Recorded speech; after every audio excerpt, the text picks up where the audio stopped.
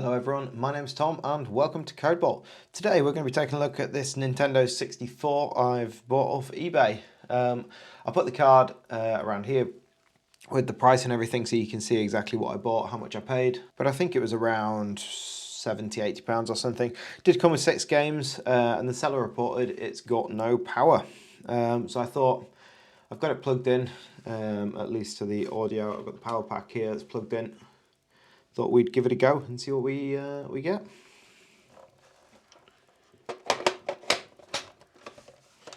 Okay, that's in. Let's bring this up so you can see it. And straight away, no power light. I'm seeing no output on the monitor. So I think the seller was right. This has no power. So I think the first thing for us to do is see if we've got any power coming out of this power pack. So let me grab the multimeter. Okay, now conveniently, they've actually put a nice output diagram for these 6 pins here. So it looks like we've got the negative across this bottom triangle, and then we've got 2 3.3 volt outputs and then a single 12 volt output. So let's see if we can measure that. So I got this, got the negative lead in one of the negatives. We're on DC voltage, and we're going to see if we can pick up one of the 3.3 volt rails. This is plugged in and powered up. Got nothing there, and we'll check the 12 volt. If anything, when we're connecting these, it's pulling it down to dead zero rather than being floating. I'll try it on a separate ground, but again, same thing, it's pulling these down. It's almost like they're connected. In fact, I might try just popping this on continuity. So the negatives I'd expect to be connected, which they are. Yeah, and let's see if okay, 12 volt one not connected. Okay, they're not connected, which is a good sign. There is some resistance there. So I think what we need to do, I'll get the blue mat out. We'll open up this power pack and we'll see if we can figure out what's going on. Okay, got the plug here so everyone can see this is unplugged. The previous owner had it labelled as N64. All the cables here as well, so not working on live electrics. But we do still need to be careful. Quite often in these sorts of power supplies, I think it's a switch mode one, there's capacities in here that will remain charged.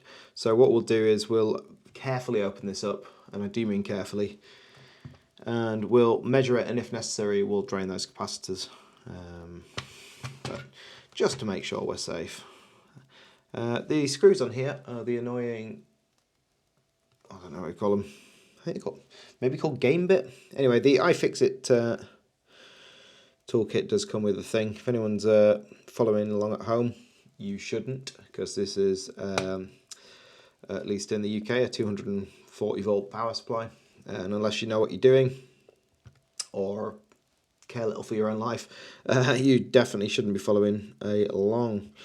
So this is the G4.5 bit from the iFixit toolkit anyway. And from what I can see, we've got a couple of screws, one here.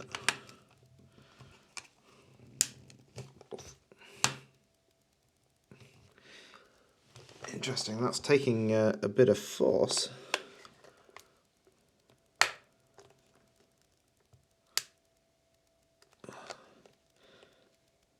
Yeah, it doesn't want to go.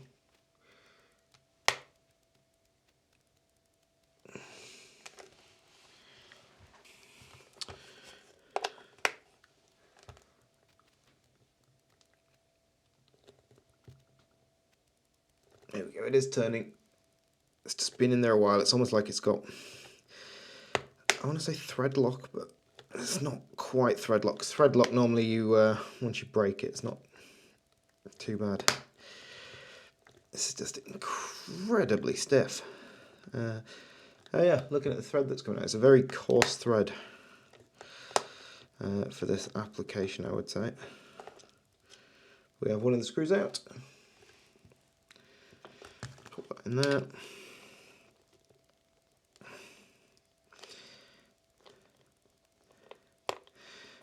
And this bottom one is coming out as well.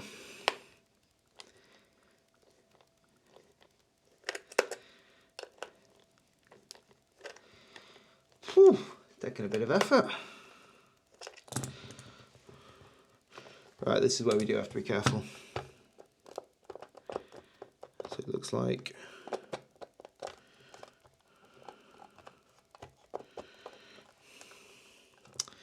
still feels like there's something holding the front together. I'm guessing that's some kind of clip.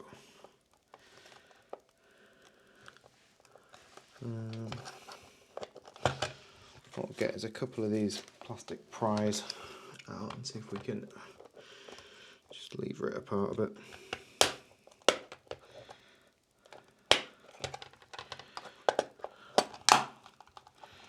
There you go, it sounds like it's unclipped. Again, I'm using plastic just because whichever capacitors are on the high power side might be charged up. So being very, very careful turning this out. Let's see if we can work out what we've got with a plastic pointy thing. Plastic, non-conductive, very intentionally so. So 240 volts coming in this side. In fact, there's a nice delimitation, like what do we call it, non-conductive bit between the high voltage side and the low voltage side.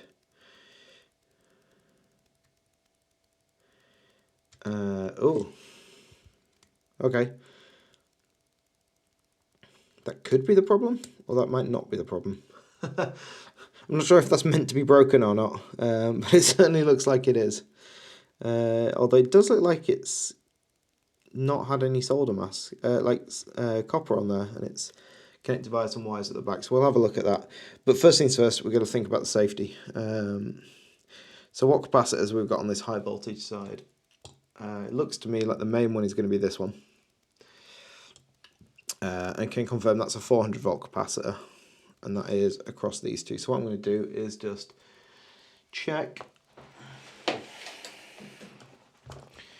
this on DC. This will be DC voltage again from the negative side to the positive side,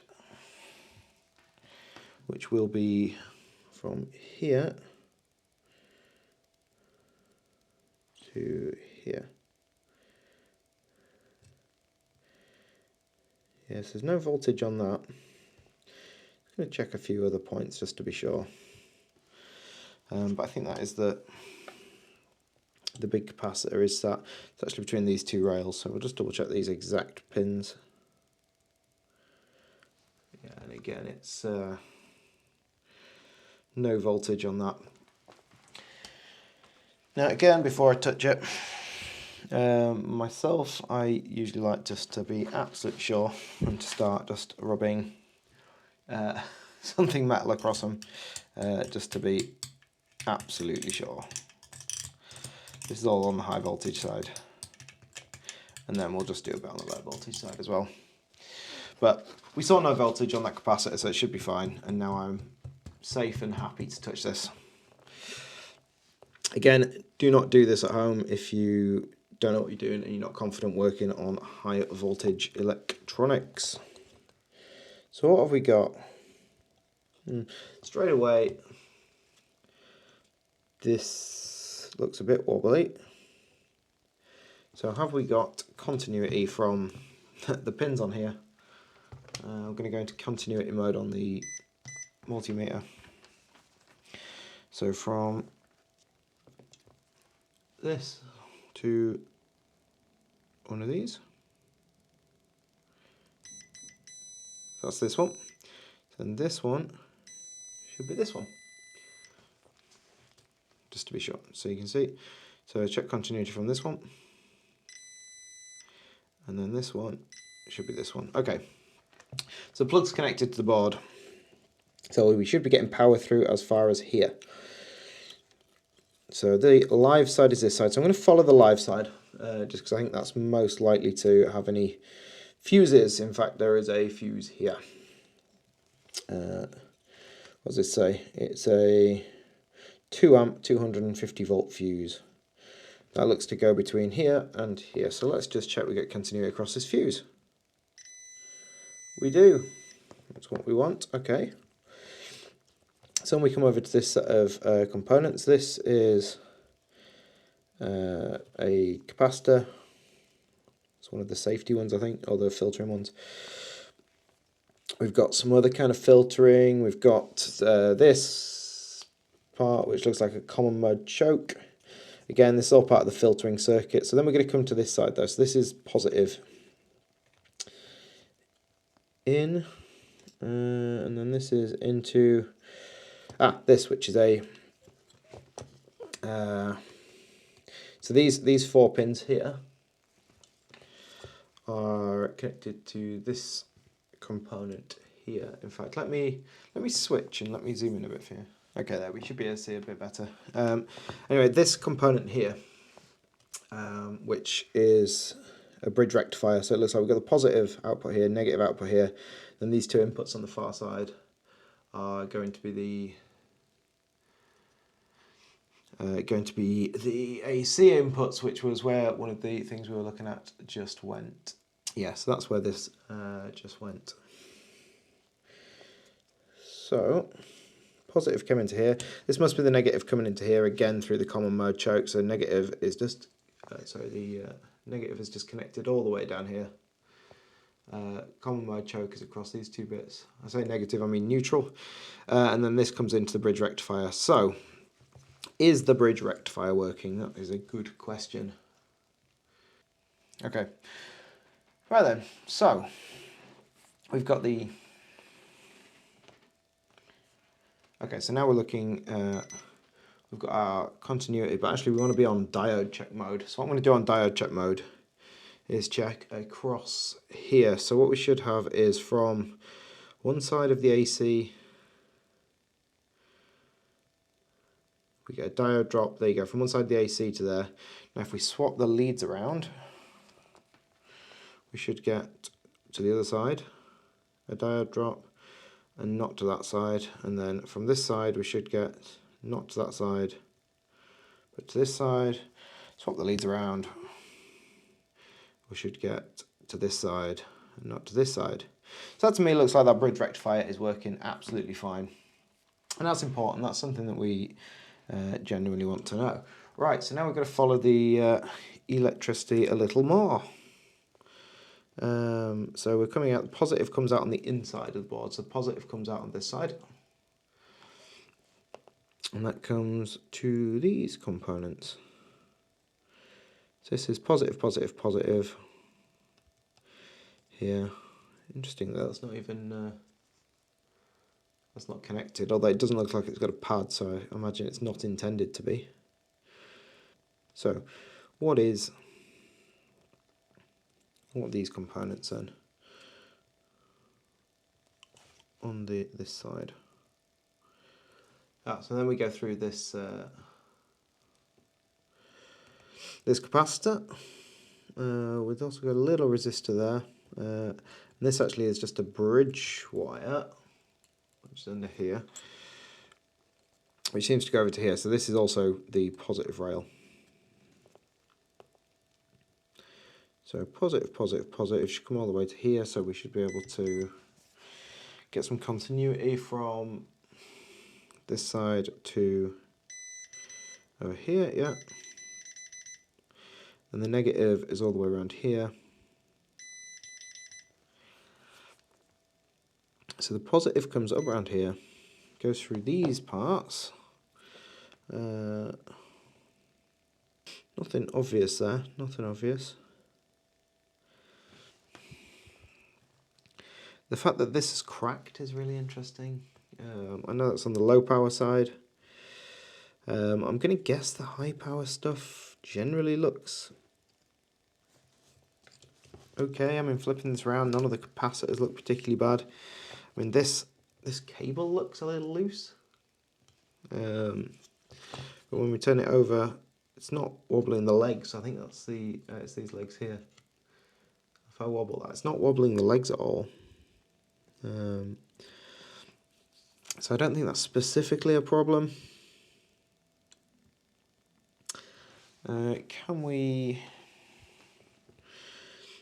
find from the negative side, which is these three? Must come over to one. Oh, that's interesting. Okay. So what that's telling me is on the... Oh, is it interesting actually? No, it's not interesting. Damn. So what I was seeing there was from the negative power output on the low voltage side, all of the terminals on the secondary coil were showing a low resistance, but it's a coil and coils do that.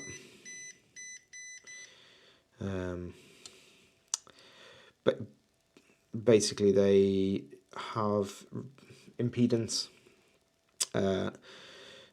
sort of like resistance to AC voltage, but DC, which is what this tester will be doing, will just show it as a dead short. Home. How interesting. Okay. So it was a bit of a loss. So I've done a bit of searching around the internet, and I came across a video from everybody's favourite YouTube channel, my mate Vince. And he had a power supply, a Nintendo 64 power supply that looked almost exactly the same as this.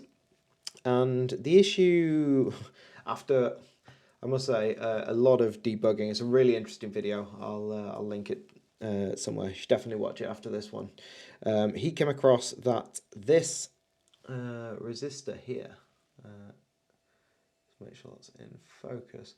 This resistor here, which is underneath this glue, which I'm just going to try and pick off, had failed, but it had failed completely open circuit, and that was meaning that this small chip at the top wasn't getting any ground. So what I'd really like to do is test that, and maybe this one has failed in the same way, or maybe not. But none of the fuses look bad. Everything on the sort of high voltage side looks okay. So the fact that this is on the low voltage side is quite interesting. Again, all the fuses over this side look absolutely fine as well. So let's see if we can pick off some of this glue and get to this resistor. And we'll get in with the multimeter and give it a bit of a test.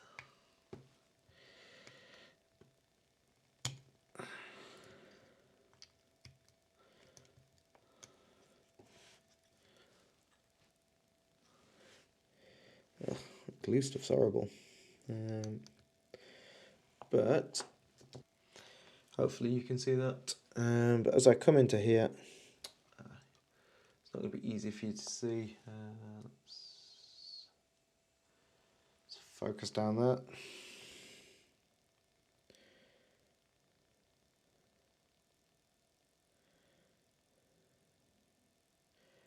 It's mega ohms. And that's wrong, because from what I understand, this is a 220 ohm resistor.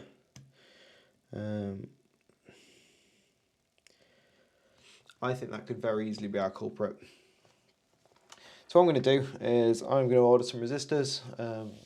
Unlike Vince, that's been at this for a while, I don't have quite the stock of SMD kit, but I'll get some ordered and we'll come back to this probably tomorrow.